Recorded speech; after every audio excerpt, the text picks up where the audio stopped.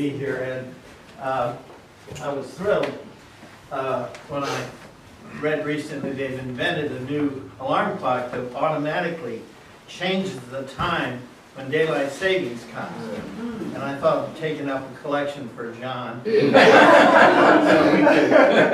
could make sure he'd hear all the lectures. Right? Yeah, I think that's coming up in a week or two, right? Yeah. Well, what a treat to be here. You know, on my list, I have many lists. I'm a list guy. I have a list of the most beautiful churches in the world, and I have certainly have not been to all the churches of the world by any means, but I've been to many, many beautiful, beautiful churches. This summer, for example, I was at the famous Holy Family Church in Barcelona, designed by Gaudi. You talk about a stunning achievement. But I think on my list, the very top is a church in Tulsa, Oklahoma, known as the Boston Avenue United Methodist Church. That church was entirely happened because of the grandfather of Marilyn Rice. And he was a United Methodist minister that went in the 1920s, or early 30s, I think, late 20s, to Tulsa, and to a church that grew, and they needed a new sanctuary. And so he and one of his colleagues there went to Europe to see if they would pick... My grandmother. Oh, the grandmother. My grandmother. That was I got a it. picture of them. Yeah, the grandmother and grandfather, Marilyn, went to Europe and looked at churches and, you know, tried to pick out the very best church or ideas for churches, and came back and decided not to go that way with a Gothic cathedral, but instead to build what we know today as the Art Deco church. And I had never heard of Boston Avenue. I was in Tulsa for a convention, driving down the street, and went by it, and I was with somebody, and I said, "What in the world is that?" It was Boston Avenue Church. I have got to see that church. So the next day, I made my way back to it. Luckily, Maryland was open, and I was so stunned. I cannot tell you. That church is, you have to see it. You have to put it on your bucket list of things to see. I didn't expect it really. Tulsa's famous for the Philmont Phillips mansion, which has been turned into a great museum. But or is it the Philbrook? Philbrook. Philbrook, yeah. Philmont's the scout camp that he built out in New Mexico on his property. But anyway, so I didn't know Maryland until I started coming to teach this class, and of course I'd known Joe Tennant for many years before, so what a treat it was to meet Marilyn and hear the story of the connection between her grandfather and Boston Avenue. So when I go around, and I do almost every Sunday, I'm somewhere, I do about 15 churches, and one of the joys for me is to meet people that I wouldn't otherwise meet, right? And to talk and hear about things. And people hand me things, and I love that. And so this morning, already gotten 2 things. People will give me, say, "You'll be interested in this," and I always am. And I learned an enormous number of things from that. Now today, and the next 2 Sundays, we're going to be talking about the cult of saints and relics. And I want to ask you a question. I know this is a very young group here, so none of you have ever heard of S&H green stamps. Anybody remember S&H green stamps? Now I sometimes think about, there's always kind of reward systems, but that was the reward system of all time, right? So you would go and buy your groceries, and you get all these stamps, and what we did, I think most people just put them in a box. Then one rainy day when there was nothing to be done, you'd sit there and, you know, and lick those things and put in, you know, put books, and you'd collect the books, and you'd have a little booklet that had prizes in it and rewards for your work. And so you would need so many books to get such and such. And no matter how many you collected, you were always one book short. This happened to us. Anyway, you go to the Redemption Center. Now this, I really like this word redemption center, because this is exactly what the medieval system of saints and cults was all about. It's about saving up points for redemption. What an amazing concept. Now, it's the most controversial concept, of course. If you think about it, it's that concept that caused the Reformation. And the whole thing comes down to Luther's very great questioning of the system. And the system was based on the idea that somehow, that if you can get close proximity or even touch a sacred relic, somehow this is going to give you spiritual benefit. Now, of all the equations in the world, that equation is the most dubious idea, that proximity to somebody's bones or somebody's hair or somebody's shirt is going to give you spiritual benefit. But that was the foundation of the whole medieval system of redemption. Now, I've tried to figure out where this all started. The earliest example of this I could find was the famous story of the armor of Achilles, that Greek warrior who could not be killed in battle except for one spot, and that was in his heel. As a baby, they had dipped him in the river Styx. The river Styx, this is the river of immortality. They had dipped him in, but they had to hold him by the bottom of his heel. So that was his vulnerable spot. So when they pulled him out, you could shoot arrows at him all day. No effect whatsoever. But the river Styx did not protect him in the heel. So there, eventually, of course, is where he gets shot and wounded and dies from his wound. After, of course, endless victories, the most famous, of course, is recorded in the Iliad, victory over the greatest hero that Troy had to offer, named Hector. And so to this day, we still talk about Achilles' heels, Achilles' tendons. All the runners have them. I didn't have one until about playing my last basketball game about 2 years ago. And something happened that took the wrong turn too fast, and kaboom, and out went my Achilles. And I went into therapy for that for about 6 months. So I walk fine, but I really cannot play basketball or take the chance to do it anymore. So that was a great loss to me. But anyway, this idea that Achilles' armor was somehow holy, that if you could touch it, that would give you protection. And so the most famous, I would say one of the most, or maybe the most famous person in the ancient Greek world, Alexander the Great, when he came over to Troy, they still had the armor there. And he took the armor with him and literally went out and conquered the world. Never defeated. He died eventually, of course, but he was never defeated. He had the armor. So that idea of the protection. Now the word for this is for something that protects you. It's called palladium. Now, if you look in the dictionary, they've used this word for a particular metal. But a palladium originally came from Pallas, Athena, the goddess of war.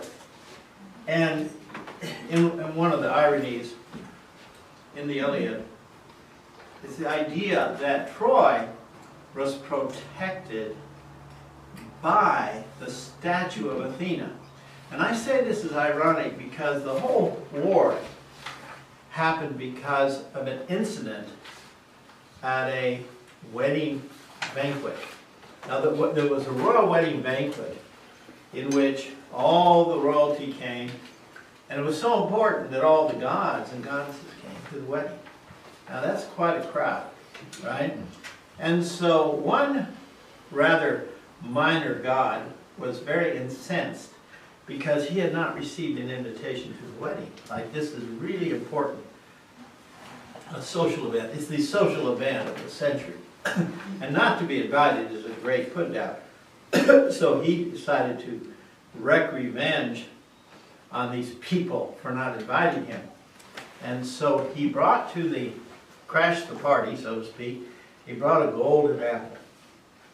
He said, give this to Zeus. Of course, Zeus, you know, the greatest of all the Greek gods. So Zeus took, the apple's brought to Zeus, and he looks at it, and it says, for the most beautiful.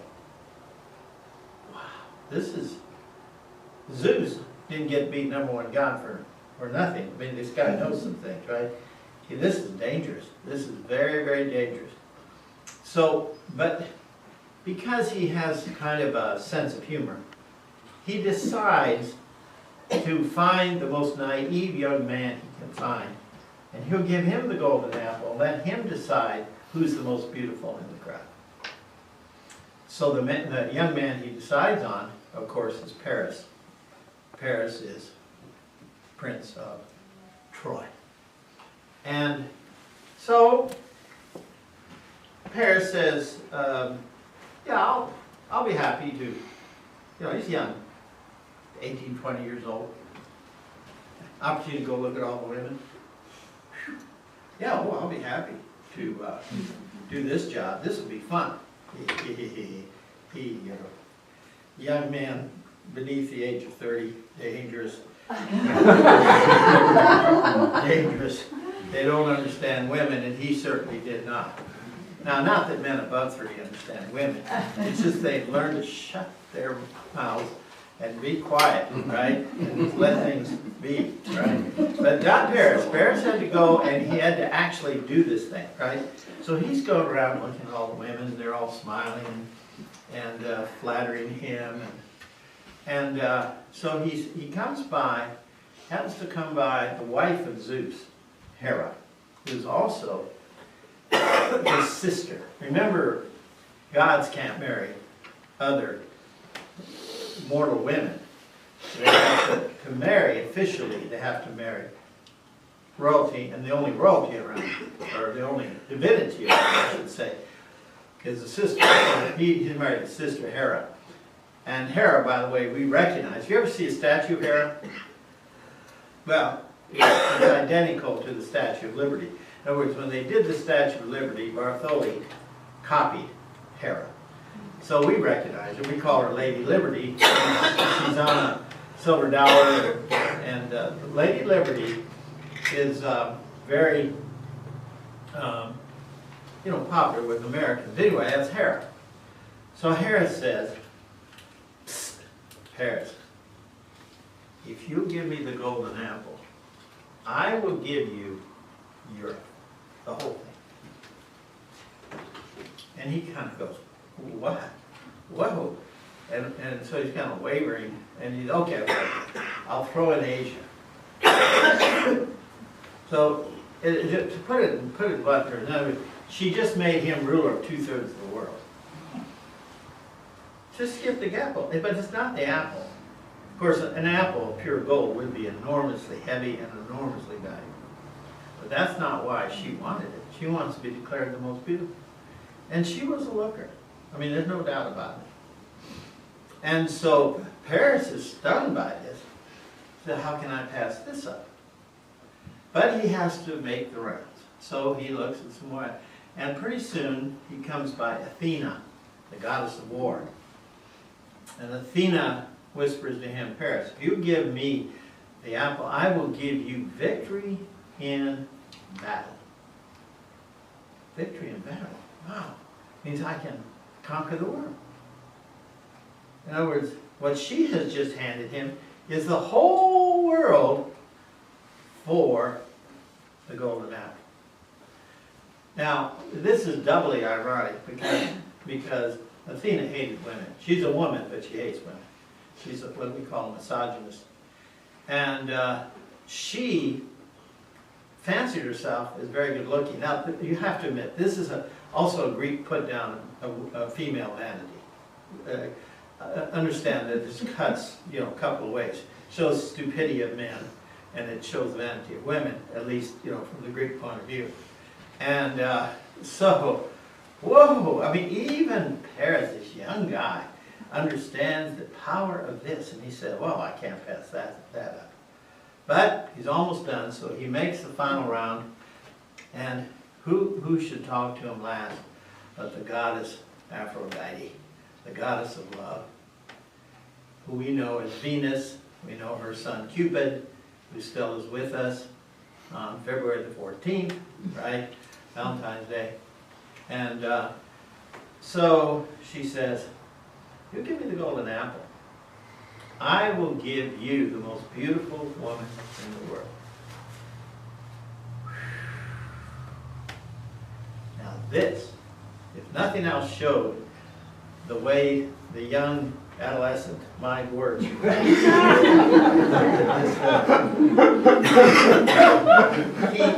literally gives up the entire world to have the most beautiful woman in the world, who happens to be the daughter of Zeus, whose name is Helen. And of course what he does, with the help of Aphrodite, he's able to steal her away from her husband and take her to Troy. And there for 10 years, she is the husband, she's with her husband, Paris. And then, of course, it takes the Greeks 10 years to get her back. And then she comes back, eventually, to be the husband, to be with her husband, Menelaus. And in the meantime, Troy is utterly and completely destroyed. So, Paris's decision to have the most beautiful woman in the world, he paid for it. So did Troy. And the Greeks, of course, were victorious in this thing. Now, how did we get off on this? We were talking about Palladium. Oh yeah, so Pallas Athena, she hates the Trojan. She hates the Trojan as much as anybody can hate the Trojans. And yet, she won't allow the Trojans to be destroyed. She's the goddess of war, right? Because the Trojans worship her statue. It's called the Palladium. Only in that case, it would be with a capital P. Her particular statue. A Palladium small p is anything that protects you. Well, that statue protected Troy for 10 years. Until one of the Greeks snuck into the city, his name is Ulysses, steals it and takes it out. And as soon as it's out of the city, boom! The Greeks pull their famous trick with the Trojan horse and come in and destroy the city. Now, so this idea that the statue, which, we have a kind of a misunderstanding of statues. The ancient people knew the statue was a stone. That wasn't the issue. They believed, though, that if the statue looked like the god or goddess, that then the god or goddess would come into the idol. And therefore, when you went and worshiped the idol, you were actually worshiping the person, the god who was there. Now, this is really important as we now talk about relics and saints, because this idea of protection, and now it's protection not for necessarily in this life, but in the next, so that you have entree into the next life. And that's what the value of bone. Now the bones could give you value in this life. In other words, you could go to the bones of a particular saint, and you could see those bones, but those bones would help you if you prayed to the saint, for example. If you're in the proximity of the bones of the saint and you pray to the saint, then the idea that the saint can help you with matters of this life or redemption in the next, right?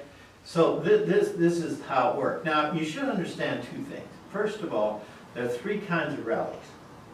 The most valuable relic is the relic that had something to do with Jesus or Mary. And particularly if it had the blood of Jesus on it. Now, in the ancient world, one of the most important concepts in religion of the ancient world is this word, libation. I would say this is terribly misunderstood, because now the word libation refers to alcohol. So are you having any libation at that New Year's Eve party? Someone asked me, and I said, well, no, we're Methodists. You know, the Methodists were great leaders for a long time, centuries, against alcohol.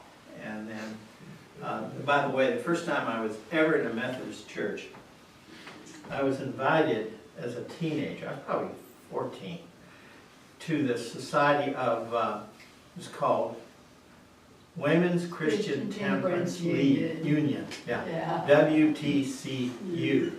I had no idea what it was, but here I now. I know I don't look like it, but this is the 1950s, and in the 1950s, they were still very much promoting strongly the idea, trying to get rid of alcohol. They were still trying to get prohibition back. And so I was kind of surprised at this, you know. But that's when I learned that the Methodists had this tradition against alcohol. Well, anyway, now that I am a Methodist, I've continued that tradition. But I know some of my Methodist brethren have not, that particular motif in Methodism isn't as strong as it once was, I would say. Now, anyway, so those things, the libation in the ancient world was, and the Jews also, is that you a real sacrifice, first of all, is something that has extreme value. And that would be typically alcohol. It could be wine, for example. It could be olive oil. It could be something like flour. It could be something like crumbs of bread. Anything that if you throw it on the ground or pour it into the ground, it immediately destroys its potential value. So nowadays, we give offerings in church, and hardly ever do they hurt. Not really. But in the old days, it had to hurt. In other words, if the sacrifice didn't hurt, it wasn't any good. So here's a bottle of wine, very expensive, very valuable, and you wouldn't mind drinking it just about now, and you just pour it into the ground. That's a libation. See? Now, animal blood was considered extremely important libation.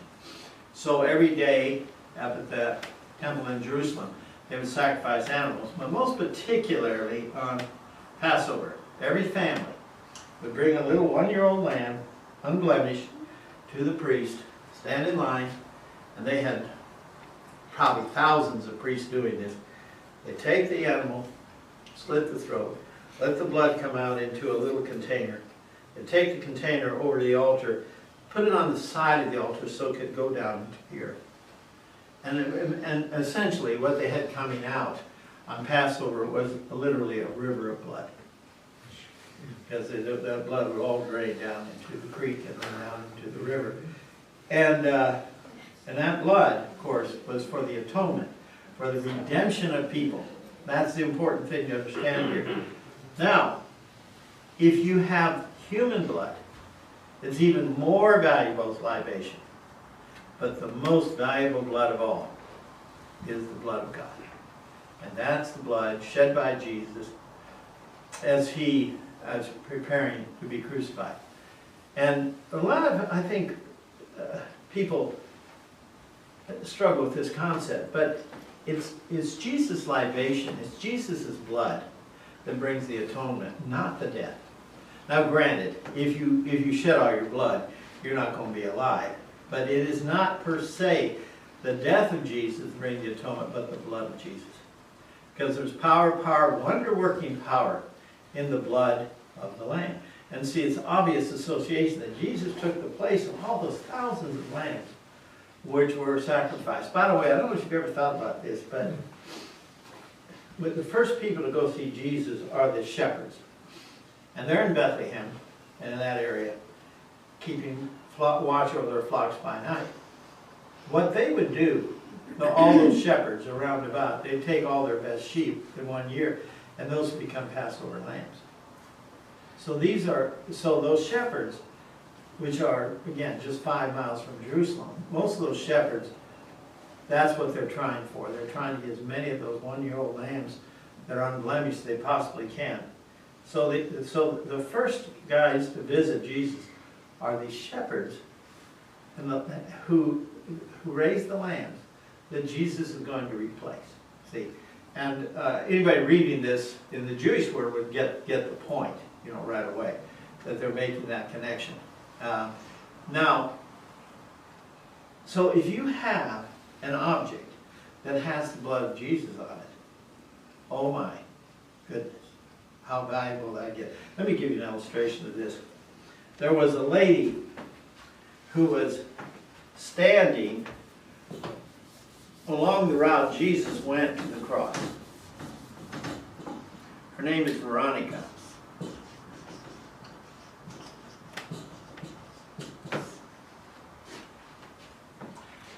So Veronica sees Jesus coming along, and she notices that he's sweating and blood, from the crown of thorns, and he's just, looks awful.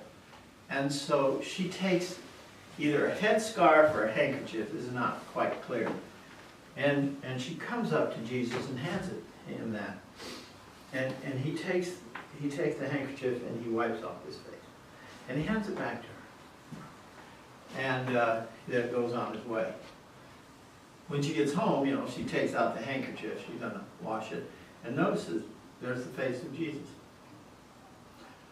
Now this handkerchief that has the blood of Jesus on it and the face of Jesus on it, right?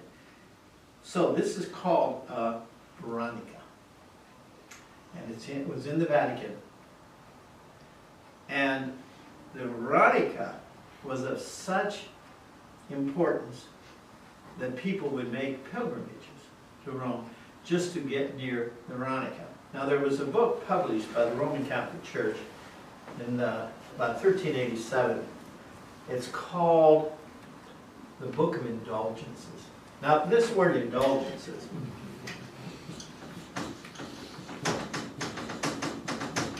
gets translated in English as pardons. Pardons. You get pardoned for your sins, right? So this, of course, is the very thing that Luther ends up talking about in his 95 Theses, the abuse of this whole system of indulgences. Well, in the Book of Indulgences, it says, if you are traveling from out of Italy and come to Rome, and if you kneel down and meditate on this face of Jesus for 1 hour, you know what you'll get? 12,000 years out of purgatory.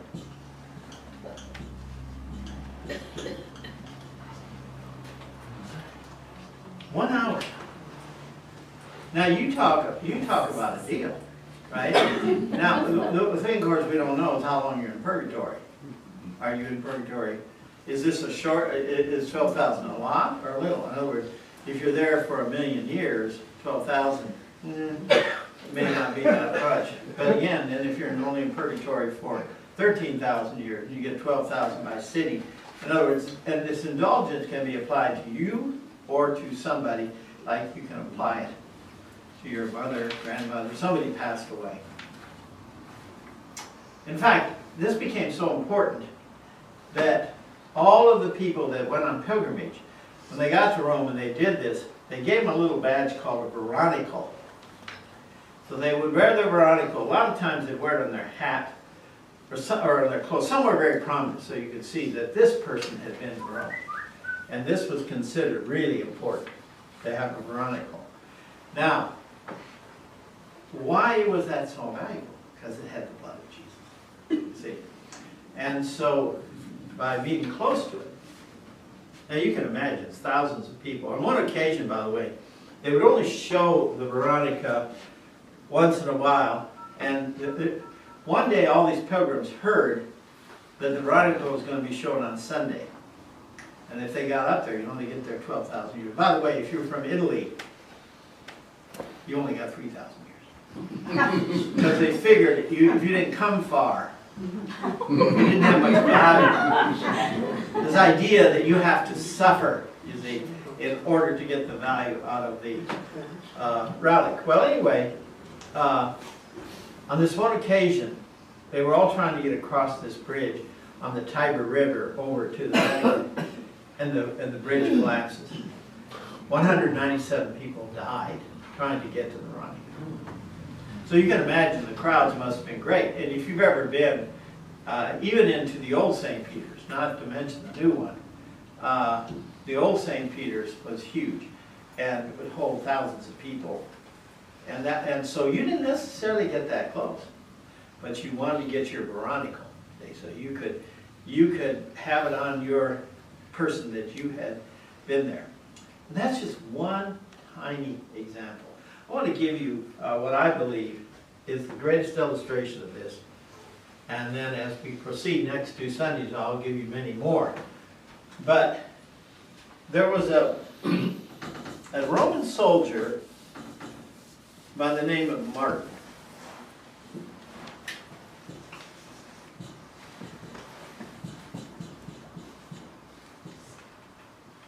Now Martin is your typical Roman officer. He was very much royalty. In other words, to be a Roman officer, you had to be high-born. Couldn't be low-born. And so, because of that, he tends to become an elitist, right? And anyway, Martin is in the country of France, what is today France, at that time Gaul. It was still a Roman territory, and Christianity was starting to come in to Gaul. And Martin had heard about Christianity, but he wasn't particularly a Christian. Well, anyway, one day he's out with his men, and it's in December, it's cold, and they're riding out on a patrol. They come back into the city. Now, these medieval cities always had a big gate that would be closed at night. But during the day it's open, and so this is a meeting point for people. Think here of Big Tex, right? If you go to the State Fair of Texas, meet me at Big Tex. Well, in medieval times, they meet me at the gate. And so at the gate, there are a lot of people coming and going, so this is where all the beggars will line up. You know, here we have them out in, this corner and that, they're carrying their cardboard sign. But back in those days, they would, the beggars would stand and just have their hand out, and everybody knew they wanted something. Well, anyway, Martin is leading his men, and he's getting near the gate, coming back into the city, when he sees that one of the beggars there is shaking for cold. And something just came over him. He was just overwhelmed by this feeling he needed to stop and help this man. Now this was not well received by his men, who are anxious to get back. They've been gone all day, they're tired, they're hungry, and all of a sudden, Martin stops for some reason, they don't know, and he goes up to the beggar, and he looks at him, and then what he does is an amazing thing. The Roman soldiers in the winter had what was called a choppa. I think we'll just spell this with one P here. chapa. Now, it's hard to give an exact definition of this. It's like a cloak. It's something that they would add and put around their, behind their neck. They'd have their Roman uniform on, but then they'd have this kind of thing that was covered over the head, come down the back, and it came to kind of a point. And they would kind of tuck it in, and this would be equivalent of a hoodie, right? Something that would protect the head, the ears, out on a cold day with wind. And it was lined with wool, so it was warm. Mm-hmm. And so he gets off his horse. He goes up to the man. He looks at the man. He takes off his chapa, takes off his sword, cuts it in half, and gives the beggar half of his chapa. And the beggar immediately puts it on and stops shaking. And so he gets back on the horse, and one of the other officers says, what's that all about? We don't deal with these beggars. Are you crazy? And Martin says, I don't know. I just had to do it. Sorry. So they get back to the headquarters, and he goes to bed for the night. And in the night, he has a dream. And in the dream, he sees Jesus, who he's heard about, wearing his chapa. He wakes up immediately, and my goodness, it's all true. So he goes, finds a priest, and he says, I want to become Christian today. So he's baptized. And he goes back to his headquarters, and he renounces his, what do you call that in the military? You renounce your commission. He renounces his commission, and he says, I want to be a man of the church. And so it's like a road to Damascus thing. I mean, it's just a very big, big change. So he then becomes a very well-known holy man, and he's always associated in the stories, with the chapa. But when he dies, it isn't very long for him to be declared a saint. So now we have Saint Martin of Tours. Tours is where he was in France, and that's where his bones are. So now I want to show you something that's amazing. So people would come to his church to get near his chapa. Now, why the chapa and not his bones? Because I didn't finish the three kinds of relics. You have those, Jesus and Mary, then you have saints, the bones or something associated with the saint. And then the third kind is called a contact relic. Now this might be a piece of cloth that has touched the bones of St. Paul, usually that kind of thing. Well, so people would come, but they were interested in his chapa, because the chapa had touched Jesus. Now, never mind, it's in a dream. They believed this. They believed it completely. Dreams were a lot more important back in those days than they are today. So they accepted. So they want to get to, so if you could get near the chapa, then you would have great benefit from this, right? So so when he dies, so many people come to get to the chapa, they realize that they're going to have to do something to accommodate all the crowds. So the first solution is they'll take the chapa from town to town to town, maybe for a week or a day. By the way, this happened actually this past fall in Dallas. It was St. Monica's Church. They brought the bones of a 14-year-old saint by the name of, I said that wrong, an 11-year-old saint by the name of Goretti. And Saint Goretti was this girl who was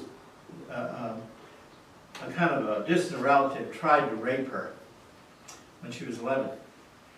And she fought him off, and he got so mad that he finally took out his knife and he punctured her with a knife, and she died. For this, he was tried and put away. And then over time, she became someone with whom miracles were associated. So finally, she was declared a saint in 1952, right? So this is recent. This is most of those saints are way back there. But anyway, Maria Goretti,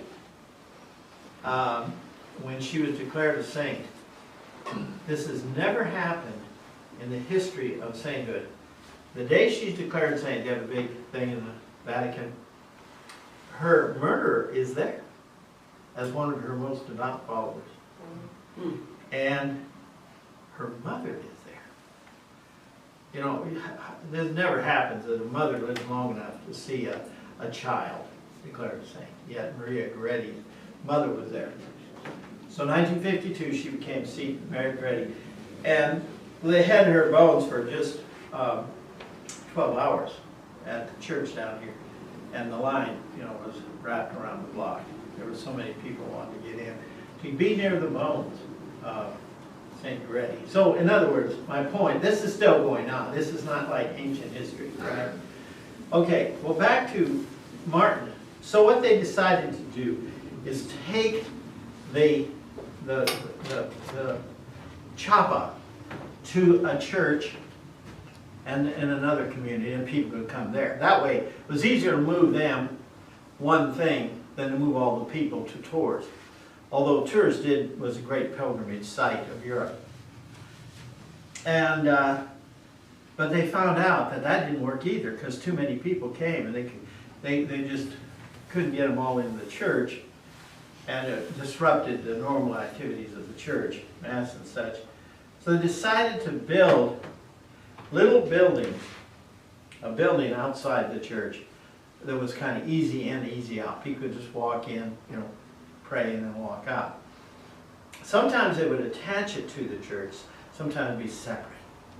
And it was the place of the chapa, from which we get what word?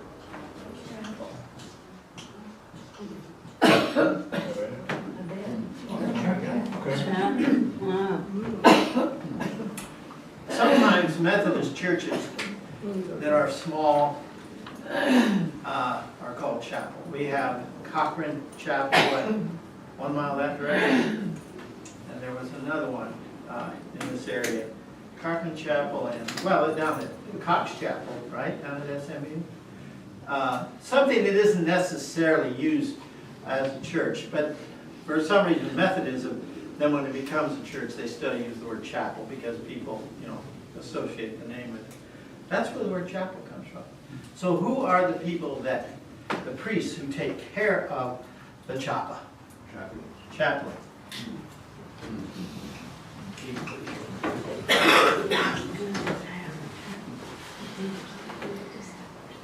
Now, let's see. It's a long list.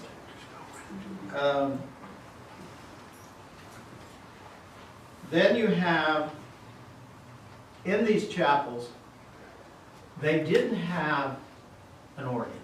And so when they sang the hymns to St. Martin, they didn't have the help of the organ. So this was called, in the style of the chapel, and we call this to this day, cappella. Maybe there's two pieces here. Cappella means to do it as we do it in the chapel without accompaniment. So all a cappella groups go back to St. Martin. There were a group of monks in Italy that wore a kind of a hood, looked like a chapa. It came to a little point. And so because of these Franciscan monks, these Franciscan fathers, friars, there we go, were called Capuchin. Capuchin is the Italian version of Chapa, right? Capuchin. Then the Italians, of course, are crazy for coffee, and always have been. Yeah, you know where I'm going. Yeah. And so they had this one drink with milk and coffee. They whipped it up and had a little pointed little top to it that looked like a capuchin. They called it cappuccino.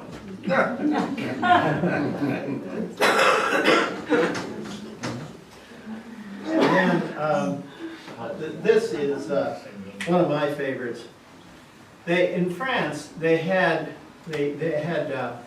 young daughters of royalty who would sometimes be taken out, you know, to some event or to school or something. And of course, the royalty couldn't do that, so they had to have special people. So to designate that the girls were with somebody official, as distinct from somebody unofficial, they had these little pointed hats they wore, and they're known as chaperones. By the way, you know, we know the kid story as Little Red Riding Hood. In French, it's Little Red Riding Chaperon. See, hood. And so that's how that happened. Now, there's also an incredible miracle. At least, you know, miracles are like how you look at it, right? Every day of my life's a miracle. I don't know about you, but so many really extraordinary things happen to me day in and year out that when people tell me of things happening, I'm a believer because I've seen it with my own life and could articulate to you with time a number of miracles that have happened to me. But even the ordinary things many times are miracles. And the fact that I was invited here by John Bates several years ago to start teaching, I consider that a miracle. The reason is I was meant to come here to meet you all, and I've been greatly benefited by that. And I thank you for that, John. And anyway, so the pilgrims came, still do to this day, to go to Tours, France, to be near the Chapa of St. Martin. And so in World War I, they came and prayed every day for St. Martin to end the war. You know, as if this one saint could possibly do such a thing. But every day they prayed, they came by the thousands to pray. Please, Martin, this war is destroying France. You know, World War I was really hard on France. And so what happened, of course, is that the war ended on the 11th hour of the 11th day of the 11th month. 11/11/11, which was very famous until we had 9/11. Now nobody remembers. Although, if you understand what this is, what 11/11/11 is, then you will understand. It's, of course, the birthday of St. Martin. The war ended on exactly the moment he was born. 11th hour, 11th day of the 11th month. 11/11/11. Do you think that those people believed that it just had a miracle? You know anything about World War I, it is kind of interesting all of a sudden how Germany capitulated after putting up this incredible, unbelievable fight for 4 years. And but from the people in France, who, by the way, St. Martin is the patron saint of France. By the way, one of the kings of France back in the Middle Ages took the Chapa, took it out of the church, took it into battle, and they won. And so it became the first flag of France, the Chapa. And I mean, there's so many connections to this. But anyway, there's one more I want to talk about. So, one of the great followers of St. Martin was a German lady actually up in northern Germany in what used to be known as Prussia. Not too far from Berlin. Anyway, she was very devoted to St. Martin. So she was pregnant. It was approaching 11/11. And so she said, so as she was going into labor, so what are you going to call the child? Well, if it's a boy, I want to call it Martin, after his feast day. And that night, he was born. And of course, that Martin was Martin Luther, whose mother was terribly devoted. And prayed, oh, by the way, prayed to St. Martin that her son would be a man of faith. Whereas the father, old Hans Luther, he wanted Martin to be a lawyer. And actually Luther started to do that. But then he had his road to Damascus, and then, you know, where lightning came on the road, and he told God that if he would save him, he would become a priest. But, you know, as I have told a number of groups, for 40 years, I taught that Martin Luther was a monk. And I'm so embarrassed by this, I can't even begin to embarrass him. I may have told you that he was a monk. But the fact of the matter is, Martin Luther was never a monk. He was a friar. And it's all the difference in the world. He's a different kind of holy man. Friars could go work in the world. Monks have to stay back in the monastery. That's not true today, by the way, but in the old days that was entirely true. So Martin Luther was literally out working in the world. He was teaching at this new university, University of Wittenberg, and he was preaching at the local church. And he was in the world, but not of the world. And that, of course, is when he wrote the 95 Theses, entirely excoriating the whole system of redemption established by the Catholic Church over the years, use of relics and of saints. And so, today we have fondness for saints as Protestants, but we don't have veneration. And with a few exceptions, the Episcopals who have never decided if they're Catholic or Protestant, to this day, right? Methodists, you know, come out of the Episcopal Church in England, Church of England, and for Methodists, there's never been much of an issue. You know, saints were fine men, good men, and women that we need to, you know, think about, read about, but we certainly don't give great veneration to human beings, right? And in that sense, and so the Episcopals still do, and so they still have their saints' days, and a few Lutherans do too. But I would say, generally speaking, that's only exceptions to the rule. Mostly, it's Roman Catholic and Orthodox saints that are considered holy and worthy of veneration. By the way, veneration is for all saints, including Mary, and then only Jesus should be worshipped. Veneration is just one little teeny molecule below worship. Now, it's a distinction without much of a difference, because for many Catholic people, they'll have a particular saint to whom they pray and honor. And I would say any distinction between that and worship is so marginal as to be inconsequential, right?